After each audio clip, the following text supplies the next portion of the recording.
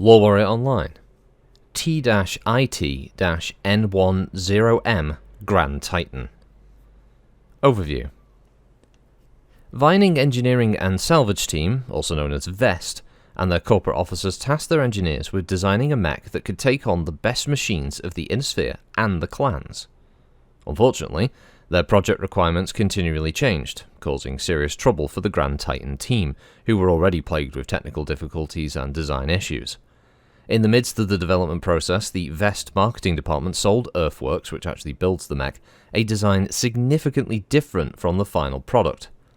Nevertheless, the team ultimately designed a Grand Titan that, if not the ultimate assault battlemech, remains a capable entry in the assault category. Capabilities. The Grand Titan moves fast enough to get it in and out of trouble thanks to its LTV-400 XL fusion engine, a power plant that suffered from design problems in the early stages of its development. The mech uses an endosteel skeleton and carries 18 tons of armor, along with an anti-missile system and double heatsinks to let it stay in action longer than its predecessors. The Grand Titan's offensive capabilities were meant to strike fear into the heart of even the most experienced mech warrior. Ultimately, its designers had to strip 10 tons of equipment from the original design in order to attain certification. On the other hand, the final design is a better focused, close-range fighter that still has bite at significant distance.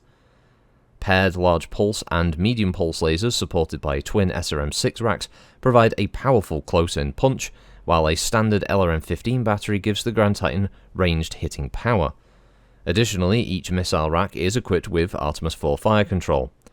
Finally, 2 rear-firing small pulse lasers are included to discourage close-range attack. Deployment. The Free Worlds League has continually purchased most of each production run from Earthworks, with the Word of Blake following close behind for many years, leaving a relative handful in service to other powers. The Knights of the Inner Sphere are by far the most respected users of this massive battlemech, but the White Grand Titans serving in the Word of Blake's First Division have terrified the most people throughout the Inner Sphere. A case in point, the peaceful occupation of Epsilon Eridani. When Word of Blake forces arrived, the Grand Titan's weapons complement proved capable of leveling entire cities, as well as destroying opposing mechs. When Wolf's Dragoons, under the banner of the Allied Mercenary Command, finally arrived, they found themselves evenly matched. Facing an assault company in the Ruger Badlands led by 3 Grand Titans, the Dragoons were forced to pull back, leaving the Blakists valuable salvage and, more importantly, a victory that resonated throughout the Inner Sphere. Variants. The N11M model was designed in response to criticism that the Grand Titan lacked a powerful enough ranged punch. With an ERPPC and the light Gauss rifle, it can outrange almost anything else on the field, while maintaining significant close-in damage capability. This variant has problems of its own, however, the most visible being a marketing pamphlet that called it the Grant Titan. Notable mech warriors. Lieutenant Senior Grade Dame Petra Antonsen. Petra Antonsen is the first second-generation member of the Knights of the Inner Sphere. Her mother, Colonel Dame Clarice Boyer, was one of the first volunteers and now commands the First Knights. After Petra joined the Second Knights 3 years ago, Colonel Boyer presented her daughter with her own Grand Titan, the Mithril Sword, the mech that got her through Operation Serpent alive. Still decorated with Boyer's kill markers from Huntress, as well as a massive serpent coiled around a dark jaguar painted across its left side, the Mithril Sword and its pilot move like grim reapers across the battlefield. Demi-Presenter Gurren Shutter. Epsilon Eridani is rapidly becoming the spark that may set off another powder keg, and mech warriors like Demi-Presenter Shutter are the flints. Allegedly responsible for igniting a fire that wiped out a small town and killed 102 people while firing on a Wolf's Dragoons aid convoy, he's also been linked to mass executions of political prisoners and has been accused of committing wanton acts of cruelty and destruction in pursuing Dragoons invaders. So far, the bounty on his head is 10 million sea-bills. Even so, there are a few takers who have survived contact with this Word of Blake militia officer. Now, there's a bit of a reference here. The original Grand Titan in the original version of TRO 3055 was overweight. I think it was overweight by a few tons. I don't think it's 10 like the write-up says, but it could have been. It's been a while since I checked it. But this is the corrected version. So it isn't unusual, to be honest, for a few of the TROs to originally have a few errors like that. I believe the original TRO 3050 version of the not the Stalker, the Warhawk, or Masakari, that was actually overweight. Again, not by a huge amount. It may have been a ton or two, but it was overweight by its original stats, and thus it was kind of broken. And it's the same with the Grand Titan. It had way too much equipment for a 100-tonner. It actually put it up to 105, 100, maybe 110 ton. As I said, it's been a while since I checked. So this is the corrected version of it in the TRO 3055 upgrade. So it's a Korean model 101 BLP endo steel chassis with an LTV 400XL power plant, cruise of 43, max speed of 65, no jump jets. Armor is also Duralex heavy like the Berserker.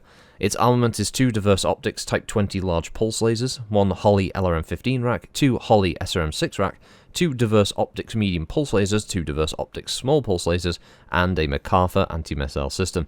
It's manufactured by Earthworks Limited. Built primarily on Keystone Plant number 3.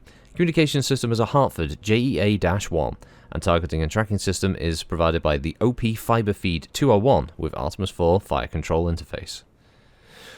Yeah, the Grand Titan, which is... The artwork here is great from that point. It has the rollout bits, it's like Optimus Prime type design. Even the base, it sort of stood outside, looks a little bit like some kind of Autobot base, like Teletran 1 is in there or something. But stat-wise, it's got 42 armor on the CT, 19 on the rear CT. It's got 31 on each side torso with 11 on each of the rear torsos, and 29 on the arms, 38 on the legs. It's monstrously well equipped, which is what you expect from a 100-tonner. And it still moves 4 and 6 because of the same engine size. Obviously, the big takeaway from it is the fact that, again, it's an Inner Sphere assault mech that uses a side torso XL engine, which is bad because once that gets breached, it's dead. There's not really much else going for the mech. Obviously, on tabletop, this isn't as bad. I mean, outside of an opponent who's got a targeting system where they just go, side torso, side torso, side torso, every single shot because they know you've got an XL engine. You know, the randomness of die rolls generally help most mechs survive with XL engines. Obviously, were this to be in a game like MechWarrior Online, for instance, where people can pinpoint their shots, it would be bad. Like, this thing would have to be completely rebuilt to not use the XL engine, or you run that risk of getting the side torso popped. Because 4 and 6 on table isn't bad, but 4 and 6 speed-wise in MWO is very slow. And as we know, in computer games, speed is everything, and being able to move the hell away from a lot of gunfire is a lot more preferable to going like, well, if I walk into those trees, I'm getting a +1 to the difficulty to hit, plus this and that. So, yeah, it's a totally different outlook. Overall, though, I like the mech. It's not doing anything particularly special or unique. I mean, unlike the Berserker, which, you know, clearly has a very specific kind of, you get in close and you just start chopping people to death. This is very much the slow moving murder machine, you know, picking its targets and just bearing down on it, getting into that medium to short range, and then just hitting it with all of its lasers and missiles as it stomps forward. It's a cool idea. It's a nice visual. It's not a bad looking mech. The redesign of the artwork's nice. The original isn't too bad either, to be honest. But heat wise, it sinks 24 heat, so it does actually struggle keeping its heat under control. I would personally say that 24 compared to the Berserker's 32 is a very different very different call there. Because it can fire its LRM on the way in, maybe its large pulses on the way in, but if it wants to fire the 2 large pulse and the SRMs and the medium pulse, it's going to be a bit hot. It could be a bit warm. You can't do that for very long. But I think I've rattled on enough about this. That actually wraps up the Inner Sphere TRO 3055 mechs. That was it. The Grand Titan was the last one. And I'd already believe I've covered that. It might have been the Phantom and the Pouncer, I believe. I will double check this. I know I've done the Linebacker way back when. But there is a Clan Mech that I don't think I've done a LoreWarrior about, so we'll get around to that one as well. And then that's all of those battle mechs covered. But until then, have a good one, everybody. And I'll catch you next time. Thanks for listening, as always. And bye-bye.